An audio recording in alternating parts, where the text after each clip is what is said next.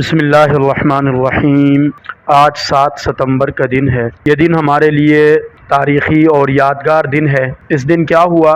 7 ستمبر 1974 کو بھٹو دور حکومت میں اسلامیان پاکستان کے عظیم قربانیوں اور ان کی جدوجہد کے نتیجے میں علماء کرام کی قیادت میں اللہ تعالی نے مسلمانوں کو ایک ناقابل یقین کامیابی سے ہمکنار کیا، اور دشمنان اسلام، دشمنان ناموس رسالت، دشمنان ختم نبوت قادیانی جماعت کو اللہ تعالی نے ذلت و رسوائی سے دوچار کیا۔ قصہ مختصر یہ کہ 7 ستمبر 1974 کو پارلیمنٹ میں عظیم اسلامی قائد مولانا مفتی محمود رحمہ اللہ تعالی اور ان کے رفقاء کار، دیگر مکاتب فکر کے علماء کرام، ان کی جدوجہد کے نتیجے میں باقاعدہ قانونی طور پر دستور ساز اسمبلی کے اندر قادیانی جماعت کو غیر مسلم اقلیت قرار دیا گیا، اور یوں وہ مسلم معاشرے سے الگ ہو گئے۔ یہاں ایک سوال پیدا ہوتا ہے، عموماً مسلمان نوجوان یہ سوال اٹھاتے ہیں کہ ایک جماعت جو خود کو اسلامی معاشرے میں شامل کہتی ہے، خود کو مسلمان کہتی ہے، آخر اتنی جدوجہد کر کے اس کو اسلامی معاشرے سے الگ کرنے کی ضرورت کیا تھی؟ اس سوال کا جواب بہت اہم ہے۔ حقیقت یہ ہے کہ قادیانیوں کا مسلمانوں سے الگ ایک امت ہونا اس پوزیشن کا ایک لازمی اور منطقی نتیجہ ہے جو انہوں نے خود اختیار کی ہے۔ ان کے اپنے ہی پیدا کردہ ہیں، مسلمانوں سے کاٹ کر ایک جداگانہ ملت بنا دیتے ہیں۔ میں یہاں چند چیزوں کا تذکرہ کرتا ہوں جس کے نتیجے میں یہ خود اسلامی معاشرے سے کٹتے ہیں، یہ خود مسلمانوں سے الگ ہو جاتے ہیں۔ پہلی چیز جو انہیں مسلمانوں سے جدا کرتی ہے وہ ختم نبوت کی نئی تفسیر ہے، جو انہوں نے مسلمانوں کی متفق علیہ تفسیر سے ہٹ کر اختیار کی ہے۔ قرآن مجید میں اللہ تعالیٰ کا واضح فرمان ہے کہ ما کان محمد ابا احد من رجالکم ولکن رسول اللہ وخاتم النبیین۔ اس لفظ خاتم النبیین کا کیا معنی ہے؟ 1300 سال سے خود نبی کریم صلی اللہ علیہ وسلم نے اس کا معنی متعین کیا ہے کہ انا خاتم النبیین لا نبی بعدی، کہ میں تمام نبیوں میں آخری نبی ہوں، میرے بعد کوئی نبی نہیں آئے گا۔ اور یہی معنی نبی کریم صلی اللہ علیہ وسلم کے شاگرد صحابہ کرام نے سمجھا، ان کے شاگرد تابعین، اور یہ سلسلہ وار یہ سلسلہ چلا، اور 1450 سال سے اس کا یہی معنی جا رہا ہے اور سمجھا گیا ہے۔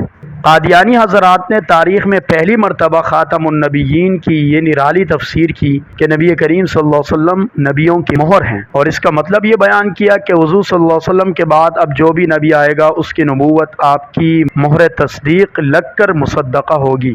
دیکھیے، منظور الہی قادیانی ملفوظات احمدیہ حصہ پنجم صفحہ 290 میں لکھتے ہیں، ہمیں اس سے انکار نہیں کہ رسول اکرم صلی اللہ علیہ وسلم خاتم النبیین ہیں، مگر ختم کے معنی وہ نہیں مسلمانوں کا سواد اعظم سمجھتا ہے، یعنی مسلمانوں کی بڑی جماعت سمجھتی ہے۔ رسول کریم صلی اللہ علیہ وسلم کی شان اعلیٰ و ارفع کے سراسر خلاف ہے کہ آپ صلی اللہ علیہ وسلم نے نبوت کی نعمت عظمیٰ سے اپنی امت کو محروم کر دیا، بلکہ ختم کا معنی یہ ہے کہ آپ صلی اللہ علیہ وسلم نبیوں کی مہر ہیں، اب وہی نبی ہوگا جس کی آپ تصدیق کریں گے۔ انہی معنوں میں ہم رسول کریم صلی اللہ علیہ وسلم کو خاتم النبیین سمجھتے ہیں۔ یہ الفاظ غلام احمد قادیانی کے ہیں، ملفوظات احمدیہ میں وہی الفاظ لکھے گئے ہیں جو خود غلام احمد قادیانی کے ہیں۔ تفسیر کا یہ اختلاف صرف ایک لفظ کی تعویل اور تفسیر تک ہی محدود نہ رہا، بلکہ قادیانیوں نے آگے بڑھ کر صاف صاف اعلان کر دیا کہ نبی اکرم صلی اللہ علیہ وسلم کے بعد ایک نہیں ہزاروں نبی آ سکتے ہیں، نعوذ باللہ۔ یہ بات بھی ان کے اپنے واضح بیانات سے ثابت ہے۔ انوار خلافت میں مرزا بشیر الدین قادیانی صفحہ نمبر 62 پر لکھتے ہیں، مسلمانوں نے یہ سمجھ لیا ہے کہ خدا کے خزانے ختم ہو گئے۔ ان کا یہ سمجھنا خدا تعالیٰ کی قدر کو نہ سمجھنے کی وجہ سے ہے، ورنہ ایک نبی کیا، میں تو کہتا ہوں ہزاروں نبی ہوں گے۔ اس طرح نبوت کا دروازہ کھول کر مرزا غلام احمد خود اپنی نبوت کا دعویٰ کیا، اور قادیانی گروہ نے ان کو حقیقی معنوں میں نبی تسلیم کیا۔ مرزا بشیر الدین قادیانی حقیقت النبوت صفحہ 174 پر لکھتے ہیں، بس شریعت اسلامی نبی کے جو معنی کرتی ہے، اس کے معنی سے مرزا غلام احمد قادیانی ہرگز مجازی نبی نہیں ہیں بلکہ حقیقی نبی ہیں۔ نبوت کے دعوے کا لازمی نتیجہ یہ ہے کہ جو شخص بھی اس نبوت پر ایمان نہ لائے وہ کافر قرار دیا جائے۔ چنانچہ قادیانیوں نے یہی کیا، وہ ان تمام مسلمانوں کو اپنی تحریر و تقریر میں علانیہ کافر قرار دیتے ہیں جو مرزا غلام احمد کو نبی نہیں مانتے۔ اس کے ثبوت میں چند ان کی عبارتیں ذکر کروں۔ یہی مرزا بشیر الدین قادیانی آئینہ صداقت صفحہ نمبر 35 پر لکھتے ہیں، جو مرزا غلام احمد کی بیعت میں شامل نہیں ہوئے، خواہ انہوں نے حضرت موعود کا نام بھی نہیں سنا، وہ کافر اور دائرہ اسلام سے خارج ہیں۔ محترم مسلمانوں، قادیانیوں سے ہمارا اختلاف ختم نبوت کے مسئلے میں، حیات عیسیٰ علیہ السلام کے مسئلے میں نہیں ہے، بلکہ وہ خود کہتے ہیں کہ مسلمانوں سے ان کا اختلاف محض مرزا کی نبوت کے معاملے میں نہیں۔ وہ کہتے ہیں کہ ہمارا خدا، ہمارا قرآن، ہماری نماز، ہمارا روزہ، غرض ہماری ہر چیز مسلمانوں سے الگ ہے۔ 21 اگست 1917 عیسوی کے الفضل میں یہی مرزا بشیر الدین کی ایک تقریر طلبہ کو نصائح کے عنوان سے شائع ہوتی ہے، جس میں انہوں نے اپنی جماعت کے طلبہ کو خطاب کرتے ہوئے یہ بتایا کہ احمدیوں اور غیر احمدیوں کے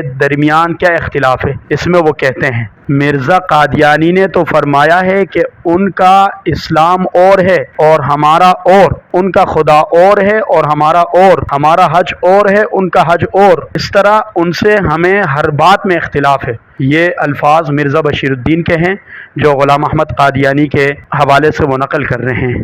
اب میں فیصلہ اپنے سامعین پر چھوڑتا ہوں۔ جب ایک کمیونٹی، ایک جماعت یہ کہتی ہے کہ ہم مسلمانوں سے الگ ہیں، ہمارا خدا الگ، ہمارا قرآن الگ، ہمارا نبی الگ، تو پھر ان کو کیا حق ہے کہ وہ مسلمانوں کی طرح عبادت خانے بنائیں، وہ مسلمانوں کی طرح اپنا تعارف کرائیں؟ بالکل بھی ان کو حق حاصل نہیں ہے۔ اور مسلمان یہاں یقینی طور پر حق بجانب ہیں کہ ایسے معاشرے کو اسلامی معاشرے سے الگ بنایا جائے اور ان کا تعارف کیا جائے اسلامی معاشرے میں۔ ایک ایسے لوگ ہیں، ان کے تمام عقائد اور ان کے خرافات اور ان کے عزائم سے مسلمانوں کو آگاہ رکھا جائے۔ اگر اسلامی معاشرے میں اس طرح کے لوگوں کو بے نقاب نہیں کیا گیا تو نئی نسل اسلامی عقائد اور اسلامی امتیازات سے ہاتھ دھو بیٹھے گی، اور ہماری نسلیں جانے انجانے میں نبی کریم صلی اللہ علیہ وسلم سے اور آپ صلی اللہ علیہ وسلم کی تعلیمات سے دور ہوتی چلی جائے گی، اور ہمیں کانوں کان خبر نہ ہوگی۔ اللہ تعالی ہمیں تمام فتنوں سے محفوظ